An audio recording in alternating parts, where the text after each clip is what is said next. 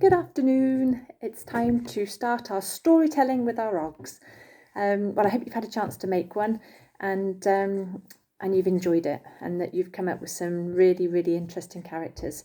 I've got a few props and tips for you for this next one, and we'll just see how it goes. As we've said in every other video, we're not doing too much prep and plan. We're just allowing the creativity to just flow out of all of us.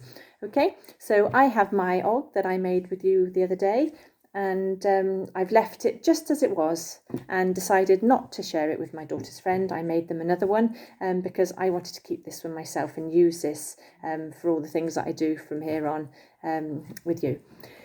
Okay, so this one's all about storytelling, and when I'm writing a story, normally just a little idea comes to me, and before you know it, you don't realise you're telling a story.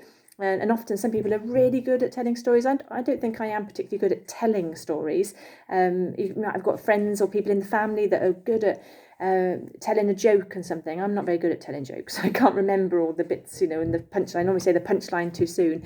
But with storytelling, when it becomes a more personal, just an enjoyable experience where you're just getting on and concocting up things in your head, that's where I am. I do find that a lot easier, and I want to share with you some of the tips and the things that I start to think about before I embark on my story. But just as I'm saying that out loud, I'm thinking, actually, I don't always think about these things. When I'm trying to get people to think about how they could do it, I then think, oh, why do I do that? And then I sort of extract what I do. Because for me, it genuinely is just this little idea will come into my head. And I've got a story brewing at the moment. It's been brewing for probably a year, and I haven't actually written it yet, about the Ogs living underneath the ferns out on the common where we live. And then all of a sudden they've all died back, because I don't know if you live near some wildlife, but often one minute you've seen a tree full of leaves, all beautiful in this the springtime and through to the summer, and then all of a sudden they've all gone, and I think, well, what about all the people that live in those leaves, or the little animals and the little, or not the people, the little organisms that live there. And so that's my next story in the making. And so that's an idea that's come to me, and it's taken a long time to, I just can't get, other things keep getting in the way, but I will get to that. Perhaps Leslie, who that's what I've decided to call mine, is going to help me do that. I don't know why I called it Leslie, other than I thought, I don't know if I'm bothered whether it's a boy or a girl, so I've chosen a name that means it doesn't matter, because Leslie is a boy's girl and a girl's name. Okay, right, that's the easiest way to start a story, I think, is to start to have personality attached to your character.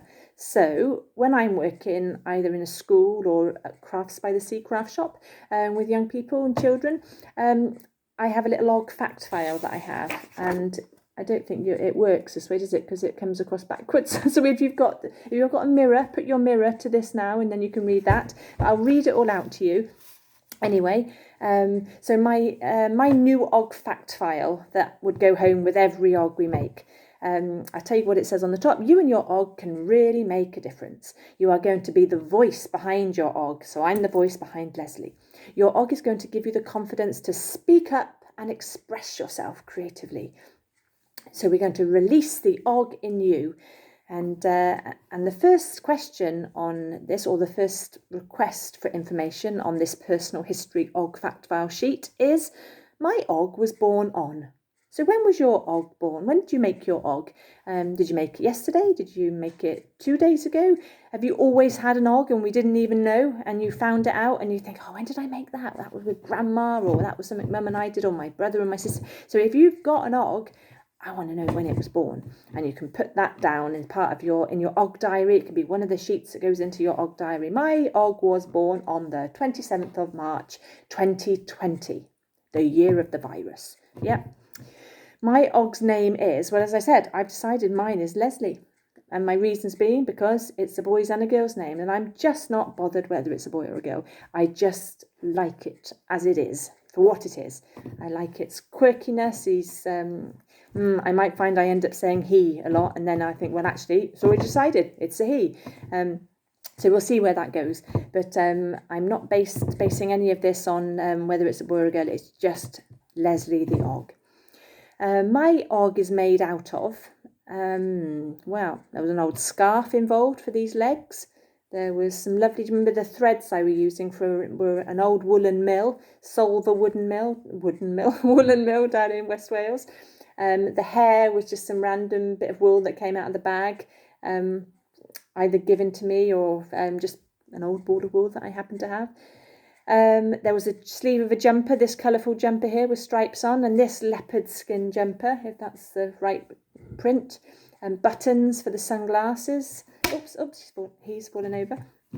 She's fallen over, he's fallen over. So that's it. Start to think about, what was my og made out of? Already getting information, we're getting to know your og now.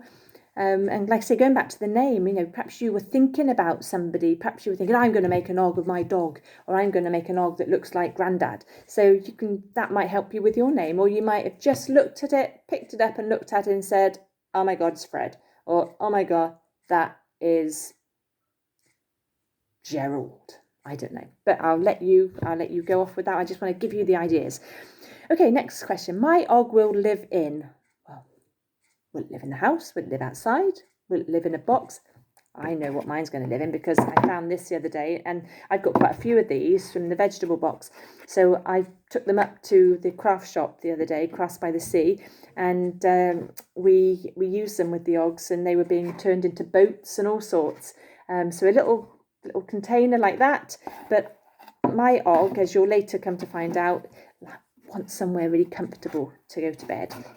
So this is going to be his lovely little bed that he can sleep in, and I will put blankets in it, and I'll probably make a little pillow, might even put a little canopy over it, I don't know. But then it might turn, in the rest of the day, it might turn into something else. It might turn like the other children in the craft shop, they made it into a boat. And it just could be part of the journey that it sails off on. So there's lots of things. So perhaps you've got a little box, or perhaps you've got, perhaps you've already got something in your room where you think, oh, that's where he's going to sit. Perhaps it's a pillowcase. Perhaps you're going to make a whole little pillowcase house for yours. Or it just lives inside it. You tie it up. I don't know. I got a bit claustrophobic, so I wouldn't want mine tied up, so I wouldn't do that to mine, but you might have no issues with that. Perhaps you've got a selection of toys that he's going to live with them, and that'd be really nice, because dogs don't like being lonely. Some of them might, but that might be a good one as well. But let me know what you do decide to do with your og and where it's going to live. Another question, a very personal one. The colour of my og's eyes are. Colour of my og's eyes is very hard to see because we put glasses on mine, didn't we? Those big dark glasses, like Roy Orbison. So I'm going to have a little look back there. Oh, they're very dark. I think they're probably, I want to go as far as saying they're black. Are they? Yeah, I think it's sort of a dark brown eyes. But I think he's wearing the glasses because of the sun. He's actually. No, it's not because of the sun. They're not sunglasses. They're hide behind glasses. I think Leslie's a little bit shy, so he wears his glasses to hide behind, so nobody can see what he's doing when he's looking around. So nobody can see if he's actually looking at them because he gets a bit shy and he looks down. But he can look at people without anyone noticing. And okay, so that's good. We know a lot more about you now, Leslie. What will my og be able to do? Give that a moment's thought. Right, lovely. My og can make noise. My og knows how to make noise out of anything he picks up. Not just any noise, quite a musical noise. In fact, look, we've got 2 coasters here. Show me what you can do with that, Leslie. So let's hold that one there, that one there.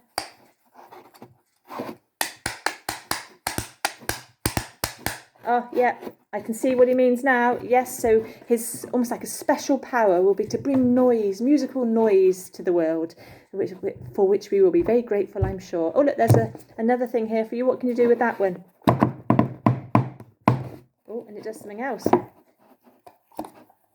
Oh, that sounds like a horse. Great, so there's going to be all sorts of noises going on in our world now, thanks to Leslie. Okay, what we have? My og's likes. What do you like, Leslie, I wonder? Chocolate. Yeah, I knew it.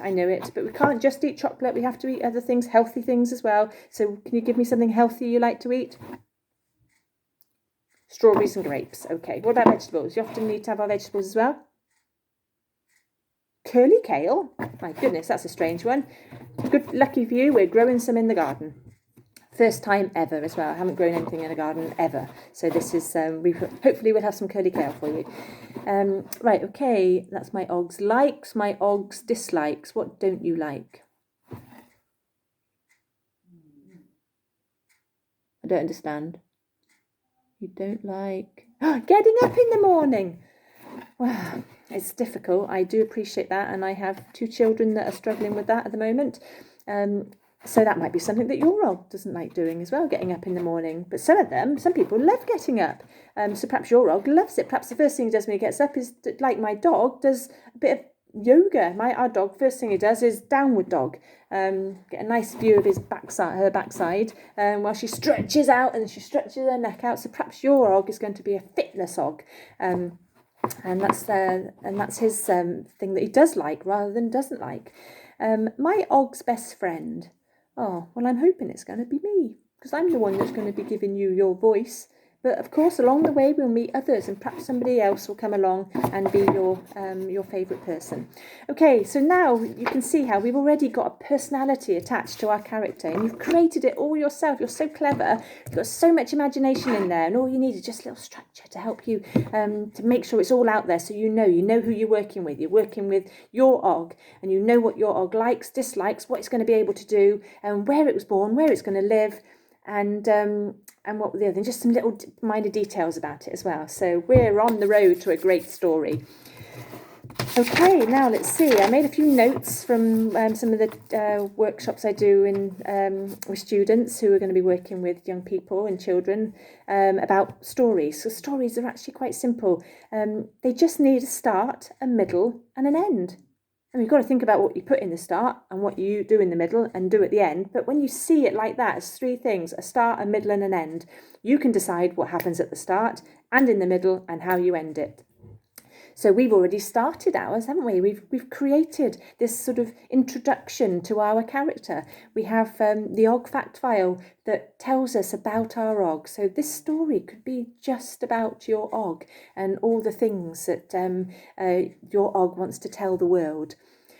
Or you could take it a step further and you could give your story a purpose. It could be a story where you're thinking, oh, I want to make people jump, I want to make people laugh, or I want to make people sad. Hopefully not that. But then we have to know a bit of both. A bit of both is good. They could start off sad, they could be made happy, and then they could be frightened. It could have all of those things in it. It could be a moral, a story with a moral. The Mermaid of Ogmore by Sea, that one sort of it's trying to impart a bit of information, whether it be a moral or a lesson or a bit of information about celebrating who we are and liking the fact that no 2 people are ever the same, and that's something that we should be really excited about rather than frightened about and wanting to be just like such and such. Or we can be ourselves and we can really appreciate and celebrate that. So that's a different type of story, isn't it? It could be a mystery. Perhaps somebody turns up and we don't know who they are, or perhaps something turns up, or something disappears, or perhaps we've been sent a letter and it's telling us we've got to do something. Lots of different types of stories. Or it could be a question that needs answering, a why question, or a how question, or a what question, or a who question. So there's lots. So that kind of ties in a bit with the mystery, doesn't it, about finding out something. It could be learning a new skill. Your whole point of your story could teach everybody how to be perhaps you've got a fitness instructor as an Og. You could teach everybody how to do fitness, and that is your story complete. Okay, or you could add all these other bits, because stories. I was looking at the internet the other day and about stories, checking that I was imparting the right sort of information. And there are just the stories sort of fit into very limited number of types of story. What they call plots. There's sort of 7 types of plot to stories. You've got ones that are about an underdog, somebody where something something's not gone right and not, meant that they're not able to do what everyone else is doing, etc. Or it could be someone that's a much more conquering og, that they go out there and they take on the world and they know what to do. It could be the story they're about the quest to search and find. Or it could be, like most of my stories are a bit about a journey, and I sort of encourage that because I find it so accessible, being able to create this journey for children with their ogs. Another one which we know a lot from the Disney world, Rags to Riches, Cinderella. You could create your own Oggerella and see where that takes you, whether he or she meets his shining prince og, whatever. And it could be a comedy, or it could be a tragedy. So we could do happy, sad. I can't read what they're like. A rebirth. Oh, well, that's what the ogs are all about, aren't they? A jumper that just sat there once, telling you there's something that wants to get out of this jumper, and then the rebirth of the og that you made, born out of an old jumper. That in itself is a story. You could see where that goes. So you can have a happy ending, unhappy ending. You could have a tragedy. Could be long lost love, or one of them has to go off to another part of the world. They've been banished to far off. So basically, there are so many ways you could develop your story. And just to help build it, just describe the setting that you're in yourself and reenact out your story in your setting. Could be in your bedroom, could be in your garden, could be on just outside the window, could be in the bathroom, could be in the kitchen, could be inside a sleeping bag, could be under the bed, could be in the wardrobe, could be in the cupboard, could be just an imagined world, could be linked to the game you're playing on the PlayStation or something. Could be that your og intrudes and is like this destructive force, or it could be one that goes and mends everybody that's been damaged on some of these PlayStation games. Your og could be the one that goes, oh, it's okay, I can take that away, I can mend that. We had lots of that. We got lots of old og legs, we can fix that leg. So look, there's loads of ways that you can make your story fun. Right then, let's think. Another thing that could be really helpful. Give your story an opening line to start you off. And this is when I do the little og finger puppets and the storylines. That's what I do. I put in a set of stories, depending on the age. Often they're for quite young children, but I do them for older children too. But it could be as simple as, when I wake up every morning, I... ... I mean, that just leads you into all sorts of things. Could be, I scratch under my arms, or I go and check on my friends, or I have my breakfast, or I get dressed, I have a shower, or it could be anything. This is your world, you make it yours. I want to keep telling you about things, not that I scratch my face every time I wake up. So another one would be, I don't know what to wear today. And that's how your story starts. You just lead off into, well, why don't I know what to wear?